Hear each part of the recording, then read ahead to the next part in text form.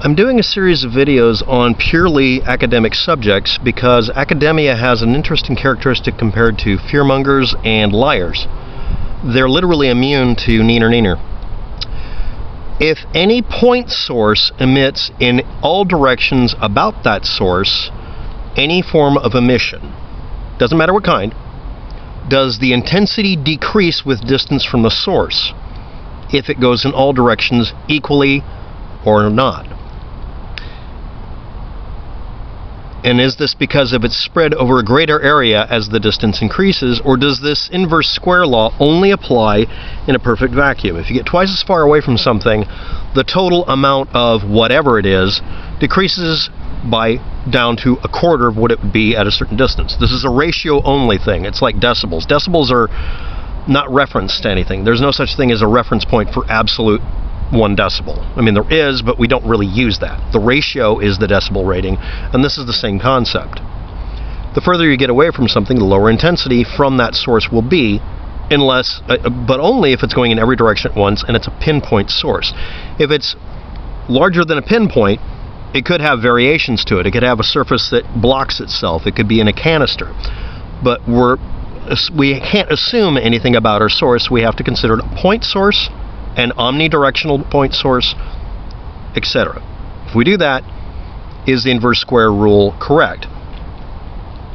And does it only work in a perfect vacuum? Or does it work, or is it more dominant even in certain materials? Now, I'm going to bring this up quickly.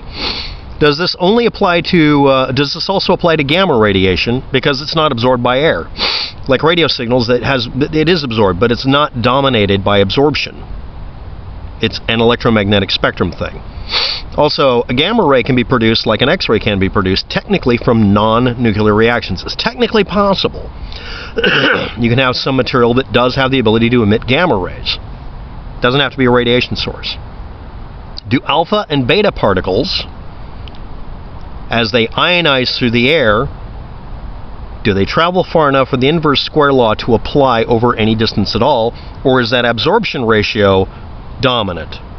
Or does it simply demonstrate the same inverse square law, but it's a dominant version of it because also absorption over distance?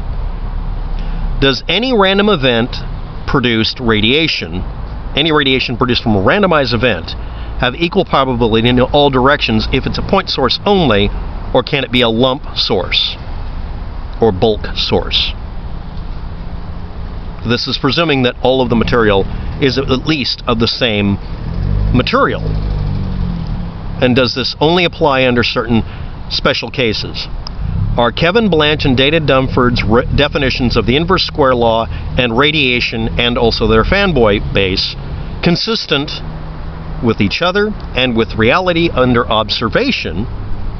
Or is this a special case only for Fukushima radiation being some magical sort of radiation that does not obey laws of physics? And am I misinterpreting this? Will any of you evaluate this? Now, this is the funny part about this. This isn't just going to attract Fukushima fearmongers. This is going to attract academics who do not want to get involved in this because they know what it's like to state something factually and have a bunch of people show up saying aliens in their comment section and drive them up the walls. Welcome to the real world of education, all of you out there who are academics. Stop making it just academic. Stop just answering questions or just asking them. Educate. I'm requesting this, and if any of you out there want to do this, don't respond to me. Don't take this as a challenge you have to hashtag. Post a video stating Fukushima is not a special case for radiation. That it is not homeopathy, that the further away it is, the more intense it is. The assertion is based on a special wording someone found in a physics paper, so I'll include it in the title of the video. Does that apply? And obviously, ionizing radiation is radiation that causes ionization as it travels through space. That means, by definition, it loses some energy through ionization. Highly energized particles, or waves, will still have plenty of energy at a distance. And does this violate the inverse square rule as a dominant characteristic? Or is it non-dominant?